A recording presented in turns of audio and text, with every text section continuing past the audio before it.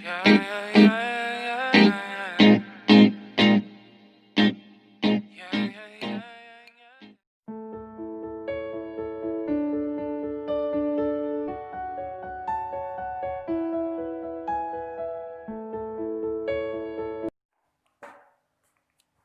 Oke, selamat pagi. Sebelumnya kita sudah belajar tentang topik gaya kolom. Hari ini kita akan belajar topik baru, yaitu medan listrik. Apa itu medan listrik? Medan listrik adalah ruang di sekitar muatan sumber dan muatan lainnya yang masih ada pengaruh gaya listriknya. Jadi di sekitar muatan sumber itu masih ada pengaruh gaya listriknya. Itulah dikatakan sebagai medan listrik.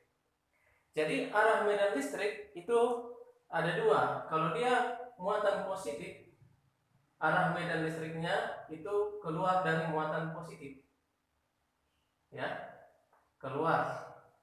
Sebaliknya, kalau dia muatan negatif, arah medan listriknya menuju muatan negatif. Ini dia. Jadi kalau nanti dalam pengerjaan soal, bisa kalian selesaikan soal itu dengan cara menentukan dulu arahnya, yang mana yang positif, yang mana yang negatif, keluar atau masuk. Ya, harus jelas dulu. Ingat, kalau dia keluar dari muatan itu adalah untuk muatan positif, kalau masuk menuju muatan itu adalah untuk muatan negatif. Karena sebenarnya ini medan listrik ini adalah besaran vektor. Jadi seberapa kuat medan listriknya itu disimbolkan dengan E. Ya, E itu adalah kuat medan listrik. Seberapa besar kuat medan listrik? E dirumuskan dengan gaya kolom dibagi dengan Q0. Q0 ini adalah muatan uji. Jadi dalam hal ini ada dua jenis muatan dibuat, satu muatan sumber dan satu muatan uji. Yang Q0 ini adalah muatan uji, ya. Jadi F, apa rumus F? K Q besar kali Q kecil per R kuadrat. Kita bagi dengan Q kecil. Ini muatan ujinya, ini muatan sumbernya, ya. Jadi kalau kita coret, hasilnya kuat medan listrik E sama dengan K Q per R kuadrat, ya. Inilah rumus dari kuat medan listrik. Jadi medan listrik ini berbeda dengan medan gravitasi. Kalau medan gravitasi itu selalu menarik ke benda itu, ya, ke sumbernya. Untuk lebih paham, kita akan kerjakan beberapa contoh soal.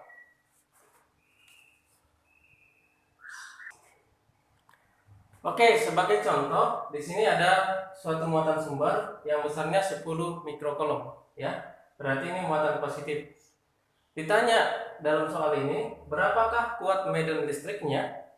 Berapa kuat medan listriknya pada suatu titik yang berjarak 3 cm dari muatan ini?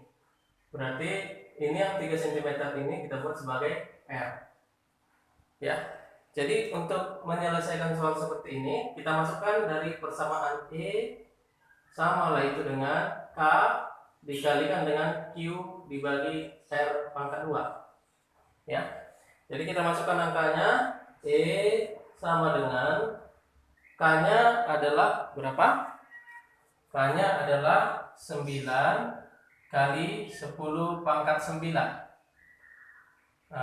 dikali Q-nya ini 10 mikrokolom, kamu ganti ke kolom. Berarti Q-nya sama dengan 10 kali 10 pangkat minus 6 kolom. Berarti ini 10 pangkat minus 5 kolom. Jadi nanti kamu masukkan ke sini 10 pangkat minus 5 kolom. Kita bagi dengan R pangkat 2. Ini kan 3 cm. Berarti R-nya 3 kali 10 pangkat minus 2. Berarti 3 kali 10 pangkat minus 2 meter. Misalnya gini, ya. Kita buatlah kuadrat ini. Berarti hasilnya adalah Ini 9 kali 10 pangkat 9 ya. Ini kali 10 pangkat minus 5 bagi ini kan 3 pangkat 2 9 kali 10 pangkat minus 4 ya. Oke, yang mana kita matikan? Yang 9. Oke, kemudian hasilnya ini jadi berapa? 10 pangkat 9 kurang 5 4 tambah 4 8 Newton per kolom. Inilah untuk sederhananya. Kalau cuma satu medan listriknya. Bagaimana kalau dia medan listriknya 2 misalnya ya? Totalnya adalah ini saya buat di sini aja ya. Total sama dengan akar dari E1 kuadrat tambah E2 kuadrat tambah 2 E1 E2 cos alfa atau cos theta ya. Jadi kalau alfa ini adalah sudut yang dibentuk antara vektor 1 dengan vektor 2 ya. Oke, supaya lebih paham kita akan coba kerjakan soal yang lain. Dan sekarang kita akan bahas tentang soal-soalnya. Karena kadang siswa kewalahan di pengerjaan soal-soal dan juga aturan-aturan penggunaan arah ya. Jadi akan saya jelaskan di sini ya. Untuk soal ini di sini ada satu titik A dan 2 muatan. Muatan pertama adalah 10 mikrokolom, muatan kedua minus 10 mikrokolom. Sedangkan posisi titik A itu di tengah-tengah antara muatan 1 dengan muatan 2. Yang ditanya adalah berapa kuat medan listrik di titik A. Jadi pertama kita harus tahu dulu berapa jarak antara Q1 dengan A ini. Ini dinamakan dengan RA1. Kemudian Q2 dengan A ini namanya RA2. Ya. Jadi kan ini 2 cm. Karena posisi A itu di tengah-tengah, maka jarak antara titik A dengan muatan 1 itu setengahnya lah. Berarti RA1 itu pasti sama dengan RA2. Sama dengan 1 cm. Kalau kita ganti ke meter 10 pangkat minus 2 meter. Ya. Kemudian muatannya Q1 itu sama dengan 10 mikrokolom. Kalau kita ganti ke kolom 10 pangkat minus 5 kolom. Q2 itu adalah minus 10 pangkat minus 5 kolom. Ya, tapi dalam perhitungan nanti minusnya nggak usah dimasukkan. Itu cuma menyatakan arahnya saja. Ya. Sekarang arah dari kuat medan listrik A.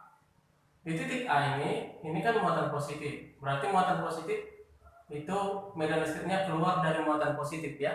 Jadi kalau dia keluar dari muatan positif berarti ke kanan dong. Ya. Berarti ke kanan. Dan keluar dari muatan positif ke kanan. Ini namanya EA1. Ini muatan negatif berarti ke kiri menuju muatan negatif. Ini namanya EA2. Ya, berarti EA1 itu searah dengan EA2. Sekarang kita cari EA1 dan EA2-nya. EA1 sama dengan K dikalikan dengan Q1 per RA1 kuadrat. Sama dengan, ini kita masukkan 9 kali 10 pangkat 9 Newton meter kuadrat per kolom kuadrat. Q1-nya ini 10 minus 5 kolom. 10 minus 5 kolom per jaraknya 10 minus 2 meter. Kita apain? Kuadratkan. Ya. Oke, sekarang kita hitung dari sini. Ini 9 ya. Buat 9 kali 10 pangkat. 9 kurang 5 4. Ini 10 minus 2 kuadrat minus 4. Kalau naik positif. Jadi 4 tambah 4 8. Ini Newton per kolom. Kemudian kita cari EA2-nya. EA2 sama dengan K dikalikan dengan Q2 per RA2 kuadrat. K-nya sama, Q2-nya juga sama, sama-sama 10. Ini tanda arah hasil ini. Kemudian jaraknya juga sama. jaraknya sama, ya udah nilainya juga sama, 9 kali 10 pangkat 8 Newton per kolom. Nilainya sama. Arahnya juga sama. Berarti kan ke sini EA1. Ke kanan juga EA2. Berarti dia searah. Maka kuat medan listrik totalnya bisa kita totalkan. EA-nya sama dengan EA1 plus EA2. Kita tambahin.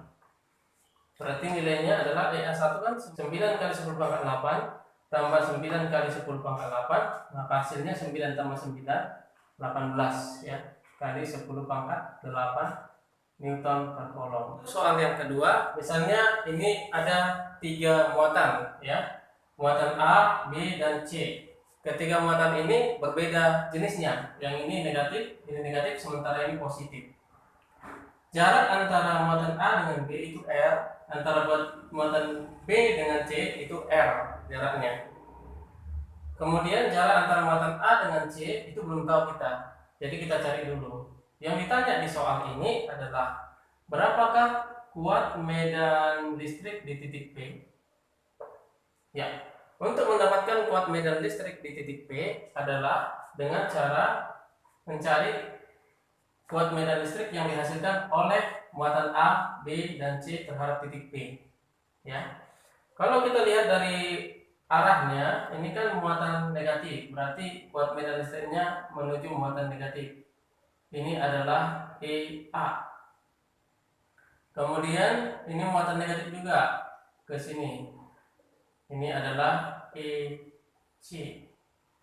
Ini muatan positif, berarti kan keluar. Berarti ke sini adalah EB. Ya. Oke, kita lihat dari datanya. Data jarak antara ini ke sini sama dengan data jarak antara ini ke sini. Kemudian muatannya juga sama. Maka kuat medan listrik A itu pasti sama dengan C. Kalau sama, tanpa capek-capek, kuat medan listriknya kita habiskan saja. Jadi kalau kuat medan listrik di titik B itu pasti sama dengan P. Ini aja kita cari.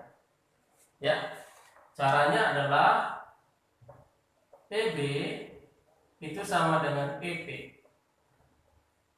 Itu sama dengan apa rumusnya?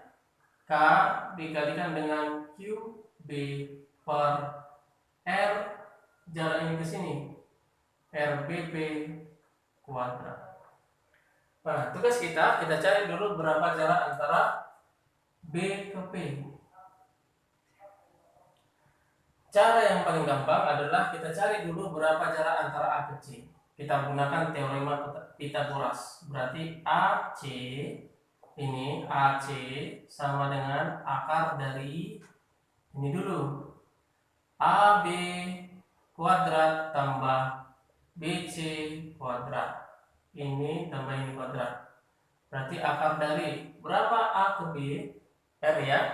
Berarti R kuadrat tambah berapa B ke C? R kuadrat. Lantas dapatlah AC itu adalah R akar 2. Oke, kemudian kita cari jarak ini ke sini, P ke C. Berarti P ke C itu pasti setengahnya nih ya. Setengahnya A ke C. Berarti setengahnya ini berarti setengah R akar 2. Oke, jadi gambarnya jadi gini dia. Ini ya. Ini kan siku-siku di sini. Kalau kita buat gambarnya jadi gini dia. Saya sederhanakan gini. Ya, ini B, ini C, ini P. Ya. Berarti jarak antara B ke C itu kan L. Kemudian jarak antara P ke C itu setengah R akar 2. Setengah R akar 2. Berarti kita cari B ke P. Berarti B ke P itu sama dengan akar dari ini BC kuadrat kurang PC kuadrat. Ya. Sekarang kita hitung BC-nya berapa? R kuadrat kurang ini setengah akar 2R. Kita apain? Kuadrat. Kalau kalian kurang ini jadi setengah akar 2R kurangnya. Itulah BP. Ya. Setelah dapat BP, udah tinggal masukkan ke sini.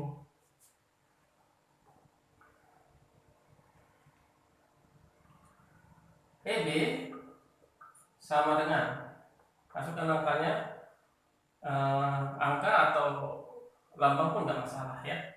K dikalikan dengan QB. QB itu adalah Q per, ini masukkan setengah akar 2R, kita kuadratkan. Nah, maka dapatlah EB nya sama dengan, tinggal hitung, dapatlah 2K Q per R kuadrat. Ya, inilah hasilnya. Oke, untuk sementara inilah dulu soal yang kita kerjakan. Nanti kalau ada soal-soal lain ya kita bahas lagi. Ya, oke.